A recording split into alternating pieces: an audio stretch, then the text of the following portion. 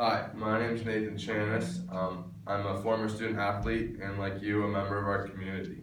First, I'd like to ask questions. By raise of hand, how many of you know what artificial surfaces, turf surfaces are? Okay. How many of you have played or seen someone play on artificial turf surfaces? Um, can anyone tell me what are the two main components of artificial turf surfaces? Good. You're not supposed to know that. So turf surfaces, artificial turf surfaces are used around the world in replacement for grass. However, over the past few years, many studies have shown that there are many dangers to playing on artificial turf surfaces, and there's a correlation between non-Hodgkin's lymphoma and playing on artificial turf surfaces.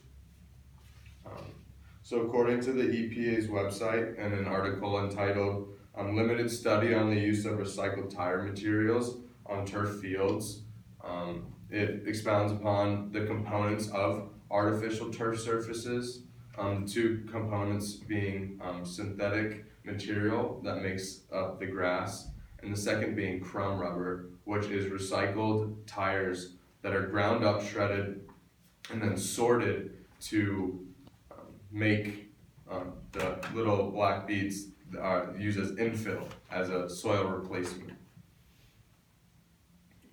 There are many benefits to using turf fields over grass.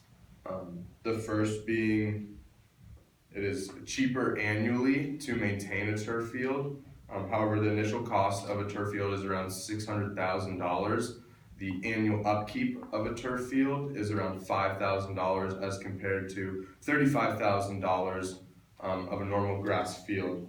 On turf fields as well, pesticides are not required as you don't need to keep the bugs away from eating plastic. And finally, the water. You don't have to water a turf field. Grass fields require 50,000 gallons of water per week in growing season, as opposed to turf fields which require none and actually can collect water. And that's from an article by Lindsay Barton Strauss, JD, and her article is entitled Turf Wars, Pros and Cons of Artificial Turf. There's many studies on artificial turf. Some of them are not very expansive. One being by Environment and Human Health Incorporated has done an independent study on artificial turf surfaces. Dr. Gabri Benet, a Yale professor of environmental chemistry and engineering, was EHII's lead researcher, and their research had found that there are 100 components that make up artificial turf surfaces. Of those 100, only 50 have been tested for their toxicity levels, leaving the other 50 unknown to what human harm they can do. Of the 50 that are unknown, only half of them have had limited toxicity testing, again leading to an unknown amount of harm which those chemical compounds can do. 20% of the 50 that are unknown are carcinogens, which are bad and are have been correlated to cancer. 40% of the known chemicals are known to be irritants, and as well 24% of those are known to be respiratory irritants, which can lead to asthma and other respiratory issues. And that's from an article from WKYC in June 2015 by Tom Mayer. So now that all these tests are being done showing inconclusive evidence of how playing on artificial turf fields can affect humans, Amy Griffin, who is a former USA women's soccer goalie and gold medalist in 1999, has been doing some research after she had an encounter in a local hospital visiting two female soccer players who were in chemo.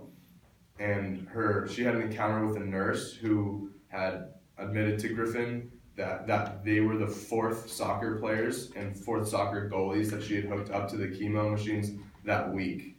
This led Griffin to doing more research and finding more athletes who have gotten cancer who have played on these artificial surfaces.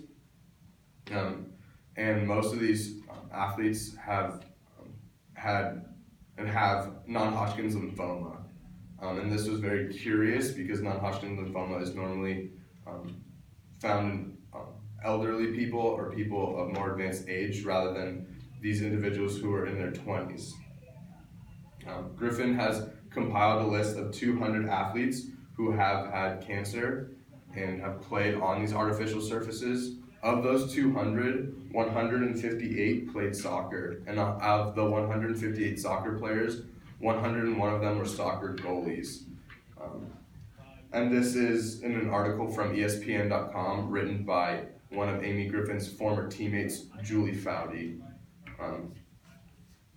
In conclusion, I hope you now know the components of artificial turf surfaces, what tests have been done and how inconclusive they've shown, and how unknown what the chemicals are and how they affect others, and what other individuals are now doing, such as Amy Griffin.